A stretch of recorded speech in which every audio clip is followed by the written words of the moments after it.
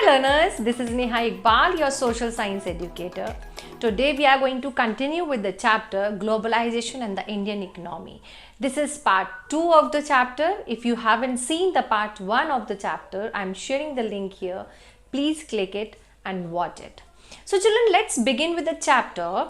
So we were on the topic technology and liberalization. These are the two factors that has really contributed towards the globalization process. So now we have to see how these two factors contributed. So first of all, technology. Children, I already discussed about technology in my previous video कि अगर आज आप मेरा video देख रहे हैं, so this is just because of technology.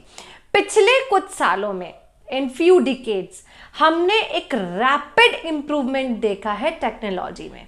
हमारी technology बहुत इम्प्रूव हुई है. इसका एक एग्जाम्पल आपकी बुक में शेयर कर रखा है मैगजीन का. लंदन रीडर्स जो मैगजीन्स पढ़ते हैं वो यहाँ दिल्ली में डिज़ाइन होती है. अब दिल्ली में कैसे डिज़ाइन होती है?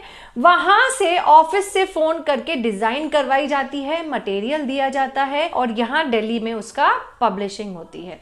तो ये कैसे कम्युनिकेशन हुआ? Through mail, through phones. ये टेक्नोलॉजी तो है. और फिर वही मैगजीन्स यहाँ से लंदन भेजी जाती है. How? Just because of technology. Printing भी की जाती है. सो चिल्ड्रन, ये एक बहुत अच्छा एग्जाम्पल आपकी बुक में दे रखा है.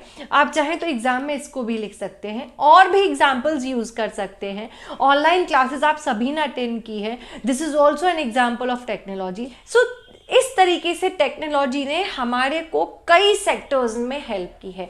Whether it is banking, communication, infrastructure, schools, hospitals, everywhere.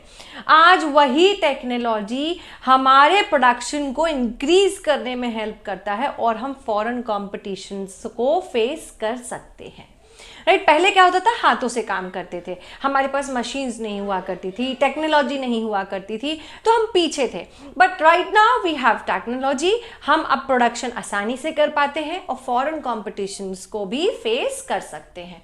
So this is how technology has helped us in the globalization process. Now let's talk about liberalization. So liberalization means freedom, liberty. तो यहाँ किस liberty और किस freedom की बात हो रही है? Children, what used to happen कि गवर्नमेंट बहुत सारे बैरियर्स लगाती थी, टैक्सेस लगाती थी. किस चीज़ पे? इम्पोर्ट्स पे. तो अब जब इंपोर्ट करते थे हम, इंडिया में सामान लेकर आते थे, तो ये तो हमारे लिए भी थोड़ा सा प्रॉब्लमेटिक हो रहा था क्योंकि हमारी इंडियन कंपनीज इतनी डेवलप नहीं थी कि वो फॉरेन कंपटीशन को फेस कर सके. तो गवर्नमेंट ने क्या किया? धीरे धीरे ट्रेड बैरियर्स लगाने शुरू कर दिए. लेकिन ऐसा नहीं है कि सारे कमोडिटी गुड्स पे सब पर इन्होंने आपके टैक्सेस लगाए हैं. No, not at all.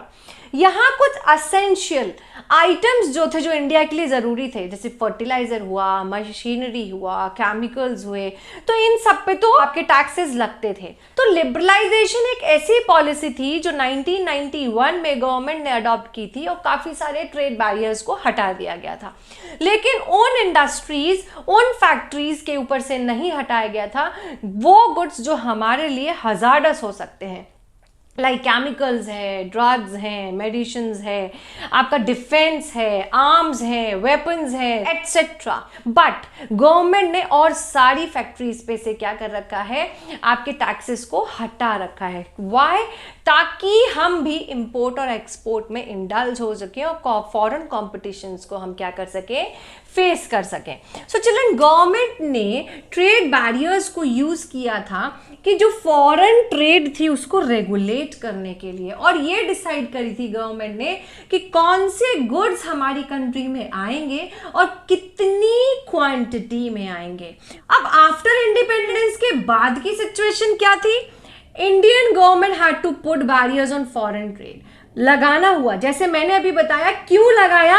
क्योंकि हमारे जो प्रोड्यूसर्स थे, इंडियन प्रोड्यूसर्स थे, वो इतना स्टिफ कंपटीशन फेस नहीं कर पा रहे थे. और हमारी गवर्नमेंट भी ये चाहती थी कि इंडिया को भी मौका मिले कि वो भी जस्ट ऊपर आए, क्योंकि 1950s और 60s की बात करें तो वो ऐसा समय था जब इंडस्ट्री जस्ट ऊपर आ रही थी. अब इस स्टेट में ऐसा तो नहीं हो सकता कि गवर्नमेंट बैरियर्स वगैरह भी लगा के रखे. तो गवर्नमेंट ने सिर्फ बैरियर्स उन कमोडिटीज पे लगाई थी जो असेंशियल थी.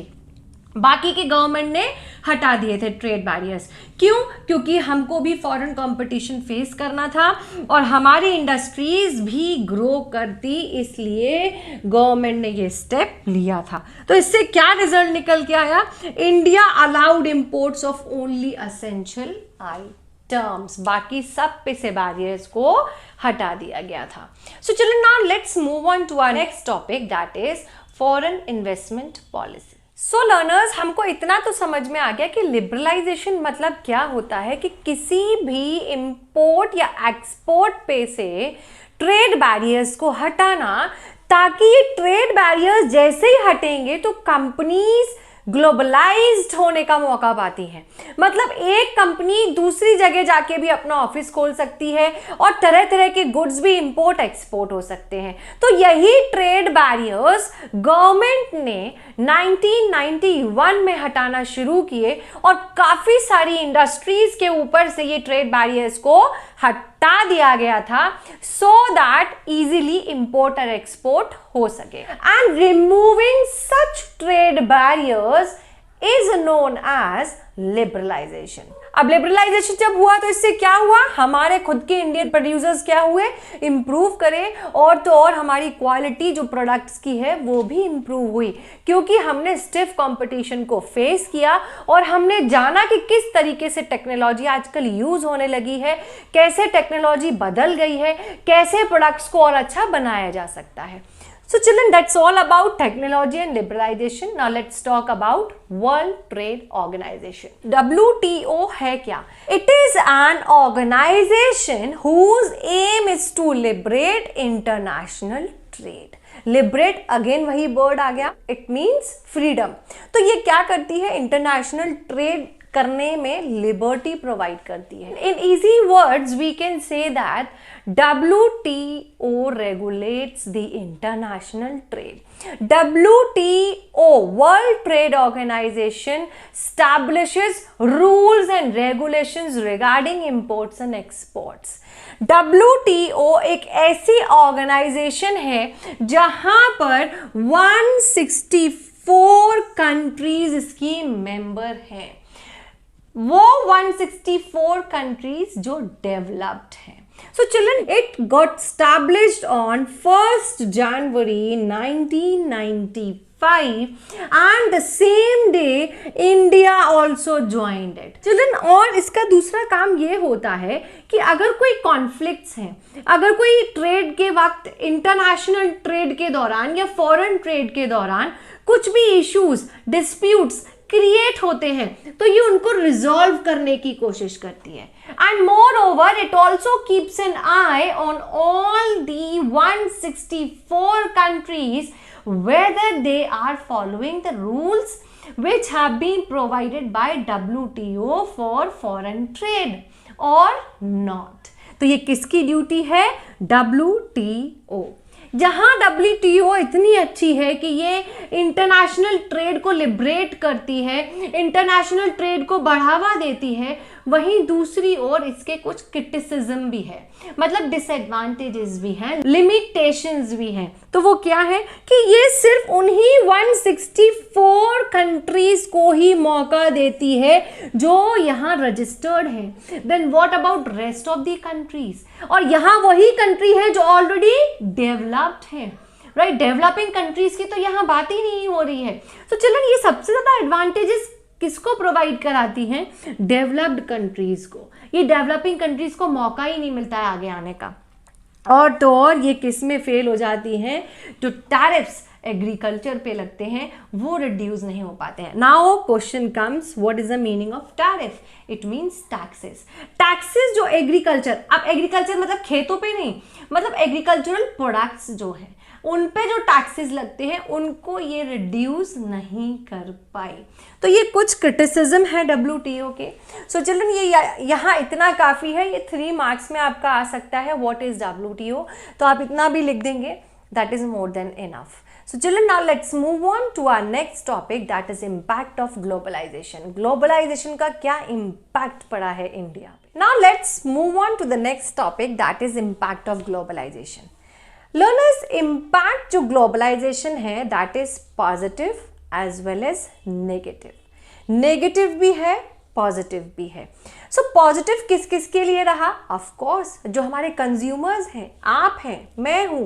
अब हमको वैरायटी ऑफ चॉइसेस मार्केट में अवेलेबल है। अगर आपको फ़ोन लेना है, आपका बजट भी है, तो आप उस बजट में फ़ोन को परचेज कर सकते हैं। अगर किसी का बजट 40,000 का है तो वो 40,000 का फ़ोन ले ले, किसी का 4,000 का है तो वो 4,000 का ले सकता है, किसी का 10 का है। तो ये क्या है? ये चॉइस है। कंज्यूमर्स के लिए वैरायटी ऑफ चॉइसेस है। अब बायर्स के लिए भी है। कैसे है? जितना ज़्यादा कंज्यूमर डिमांड करेगा वैरायटी ऑफ प्रोडक्ट्स रेंज के हिसाब से, उतना तो आपको प्रोवाइड कराना पड़ेगा ना, तो आपको भी तो प्रॉफिट अर्न करने का मौका मिलेगा। The same profit goes for MNCs as well. अब MNCs के लिए कैसे? पिछले कुछ सालों में, लगभग 2 decades 20 years, इंडिया में MNCs बहुत आई हैं। उन्होंने इन्वेस्टमेंट बहुत किया है इंडिया में। MNCs ने आके इन्वेस्टमेंट किया इंडिया में, तो इंडिया वालों को मौका मिला ना ऊपर आने का। बहुत सारी जॉब्स मिलने लगी लोगों को, बहुत सारी फैक्ट्रीज, इंडस्ट्रीज सेटअप होने लगी MNCs की। तो ये क्या करेंगी? ये हम लोगों को जॉब्स प्रोवाइड कर रही है ना, एम्प्लॉयमेंट अपॉर्चुनिटीज इंक्रीज हो रही हैं। सो चिल्ड्रन, समवेयर MNCs के लिए भी ये फायदेमंद है। कैसे? आप यहाँ आके अपना सेटअप डाल रहे हो, आपको चीप लेबर मिल रहा है, आपको प्रोडक्ट डिजाइनिंग में पैसा ज़्यादा खर्च नहीं करना पड़ रहा है, क्योंकि MNC तो वही आपका इन्वेस्टमेंट करती है ना जहां पर उसको चीप लेबर मिल रहा हो, मैक्सिमम प्रॉफिट मिल रहा हो एट मिनिमम कॉस्ट। तो MNCs के लिए India was the best place, क्योंकि यहाँ लेबर बहुत सस्ती मिल जाती है, कई सारी चीज़ें फेवरेबल भी होती हैं MNCs के लिए, जैसे क्लाइमेट हुआ, कैपिटल हुआ, लैंड हुआ, जो फैक्टर्स ऑफ प्रोडक्शन है। तो MNCs ने भी बहुत सारा यहाँ आके इन्वेस्टमेंट किया। Industries such as automobiles, electronics, soft drinks have got lot of investment by MNCs। अब आप देखो ना, कितनी सारी कोल्ड ड्रिंक, अभी समर आ गई है ना, तो कितने एड्स आने शुरू हो जाएंगे। तो ये किसका नतीजा है? ये नतीजा है ग्लोबलाइजेशन का। ये पॉजिटिव सेंस में हम बात कर रहे हैं। Now if we talk about negative sense, तो कैसे? अब चलो देखिए, ये MNCs ने आके हमको एक स्टिफ कंपटीशन दे दिया कि नहीं दिया? ये जो लोकल प्रोड्यूसर्स हैं, लोकल कंपनीज हैं, जो हाथों से काम करते हैं, हैंडवर्क करते हैं, हैंडक्राफ्ट करते हैं, चलो उनके लिए तो स्टिफ कंपटीशन हो गया ना, क्योंकि MNCs तो बड़ी बड़ी टेक्नोलॉजी, मशीन्स, इन सबका यूज़ करती है, हाई फाई टेक्नोलॉजी होती है। बट क्या ये लोकल प्रोड्यूसर्स कर पाएंगे? नहीं। तो इसकी वजह से क्या हुआ? जो स्मॉल स्केल इंडस्ट्रीज थी वो पिछड़ के रह गई, उनको आगे आने का मौका नहीं मिला।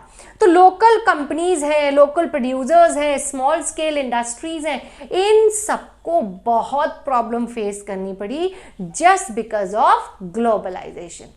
So the 5-mark question comes here, impact of globalization. You have to write positive as well as negative. Now let's move on to the next topic, that is कि फॉरेन इन्वेस्टमेंट को इंडिया में बढ़ाने के लिए क्या step लिए गए? The most important step was says, special economic zones. ये इंडस्ट्रियल जोन्स होते हैं जो इंडिया में बना दिए गए हैं। अब इनको स्पेशल क्यों कहा गया है? क्योंकि सेज जो होती है, स्पेशल इकोनॉमिक जोन्स जो होते हैं, उनके पास वर्ल्ड क्लास फैसिलिटीज होती हैं, सब कुछ होता है। वाटर सप्लाई भी होता है, इलेक्ट्रिसिटी भी होता है, स्टोरेज भी होता है, ट्रांसपोर्टेशन भी होता है, रोड भी होता है।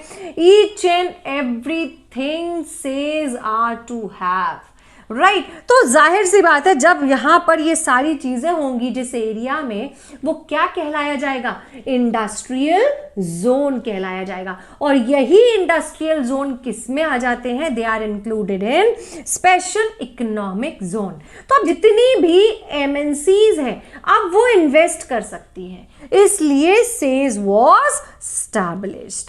Companies which are set up in SEZ area will do not have to pay taxes for the initial period of 5 years। चलो यहाँ पर लेबर लॉज में भी फ्लैक्सिबिलिटी दी गई है। अब कैसे? लेबर लॉज में क्या फ्लैक्सिबिलिटी होती है कि वर्किंग आवर्स आपके ज़्यादा नहीं होंगे, शॉर्ट ड्यूरेशन के लिए आप लेबर को हायर नहीं करोगे, लॉन्गर पीरियड के लिए करोगे, राइट। अगर आपको 50 लेबर की ज़रूरत है, पर्सन की ज़रूरत है, तो आप 50 ही हायर करेंगे, आप कम नहीं कर सकते। लोगों को प्रेशर नहीं डाल सकते, लोगों मीन्स लेबर पे आप प्रेशर नहीं डाल सकते कि आपको 5 लोगों का काम करना है, आपको 4 लोगों का काम करना है, ऐसा नहीं है। तो ये कुछ प्रिविलेजेस हैं उन कंपनीज को दिए जाते हैं जो सेज में रजिस्टर्ड होती हैं, सेज में आती हैं। तो सेज क्या है? स्पेशल इकोनॉमिक जोन, वो जोन्स जहां पर वर्ल्ड क्लास फैसिलिटी अवेलेबल होती है, वाटर की, इलेक्ट्रिसिटी की, स्टोरेज की, एवरीथिंग। और ये वो जोन्स होते हैं जहां पर कंपनीज को इनिशियल 5 years के लिए कोई भी टैक्सेस पे नहीं करना होता है। यहाँ जितने भी लेबर लॉज होते हैं उनमें फ्लेक्सिबिलिटी होती है। तो ये कुछ स्टेप थे जो गवर्नमेंट ने लिए थे फॉरेन इन्वेस्टमेंट को इंक्रीज करने के लिए, कि बाहर की जो कंट्रीज हो उनको पता हो कि इंडिया में ये पर्टिकुलर एरियाज हैं जो स्पेशल इकोनॉमिक जोन्स में आते हैं और आप यहाँ आके इन्वेस्टमेंट कर सकते हैं, क्योंकि इन इंडस्ट्रीज के पास वर्ल्ड क्लास फैसिलिटीज भी हैं, लेबर भी परमानेंट है, चेंज नहीं होती रहती है, टाइम जो है लेबर का ड्यूरेशन जो वर्किंग आवर्स है वो भी कम है। So these companies are registered under these says. So children, now let's move on to our next topic. So learners, it is quite clear the impacts of globalization are negative as well as positive. कुछ positive हमने discuss कर लिए, एक आध दो और है कि ग्लोबलाइजेशन की वजह से न्यू अपॉर्चुनिटीज आने लगी, न्यू एम्प्लॉयमेंट अपॉर्चुनिटीज हैं लोगों के पास। जैसा कि मैंने अभी आपको बताया, लोगों को काम मिलने लगा है जैसे जैसे ये एमएनसी हमारे यहाँ आने लगी। ऐसा नहीं है कि बाहर से ही आई हैं कंपनीज, हम भी कम नहीं है, हमारी भी टॉप कंपनीज हैं इंडिया की, जैसे रेनबैक्सी हुई, एशियन पेंट हुई, और भी बहुत सारी हैं जिन्होंने अपना कमाल जाके कहाँ दिखाया? फॉरेन कंट्रीज में दिखाया, वो भी इन्वेस्ट करती हैं। तो ये तो बात हुई पॉजिटिव इम्पैक्ट। कुछ नेगेटिव देखते हैं। Recently I have told you कि स्मॉल प्रोड्यूसर्स को बहुत ज्यादा प्रॉब्लम आई है, वो कंपीट नहीं कर पाए। सेकेंडली, कैसी इंडस्ट्रीज को ज्यादा फर्क पड़ा है? जो बैटरीज की हैं, प्लास्टिक टॉयज की हैं, डेयरी प्रोडक्ट्स की हैं, छोटा मोटा काम जो करती हैं, वो इंडस्ट्री ज्यादा हिट हुई है ग्लोबलाइजेशन की वजह से, क्योंकि इतना स्टिफ कंपटीशन हम फेस नहीं कर पाए। कुछ तो कंपनीज ऐसी थी छोटी मोटी जो बंद ही हो गई, और जो बेचारे वर्कर्स वहां काम करते थे वो अनएम्प्लॉयड हो गए। अब कम से कम ऐसे 20 मिलियन पीपल हैं जो स्मॉल इंडस्ट्रीज में काम करते हैं। अब चलें 20 मिलियन पीपल को इमेजिन करो, अगर वो जॉबलेस हो जाए, उनको प्रॉपर वेजेस ना मिले, वर्क प्रेशर उन पर डाल दिया जाए, उनसे नाइट शिफ्ट्स भी कराई जाए, उनकी लेबर कॉस्ट को भी काट लिया जाए, उनके वर्किंग आवर्स को बहुत बढ़ा दिया जाए, तो क्या वो फिट रह पाएंगे? क्या वो हमारे लिए काम कर पाएंगे? क्या वो अपने लिए काम कर पाएंगे?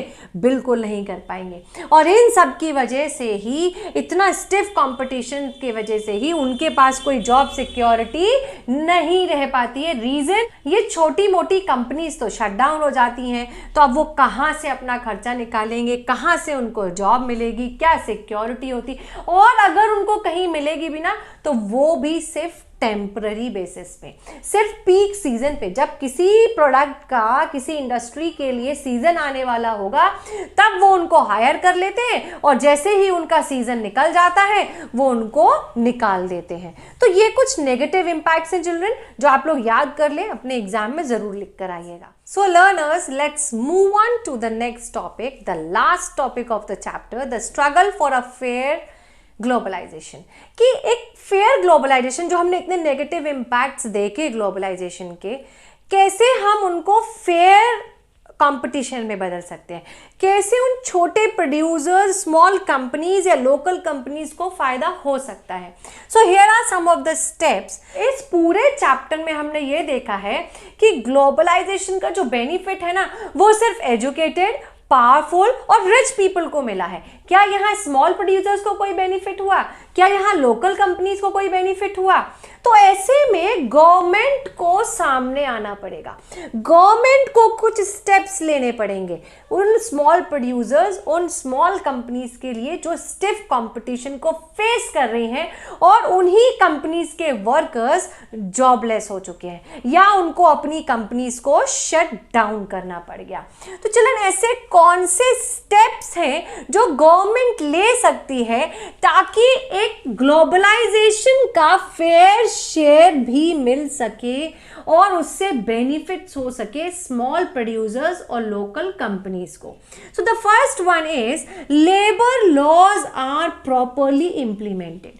गवर्नमेंट ने लेबर लॉज तो बना दिए, क्या वो केयरफुली या प्रॉपरली इंप्लीमेंट हो रहे हैं? ये किसकी ड्यूटी है देखना? It is a duty of government. The second is कि स्मॉल प्रोड्यूसर्स को भी थोड़ा बहुत सपोर्ट देना चाहिए गवर्नमेंट को, ताकि वो भी अपनी कंपनी को, अपने काम को, अपने फैक्ट्री को आगे एक्सपैंड कर सके। Right, so they are to be supported by the government in order to expand their business.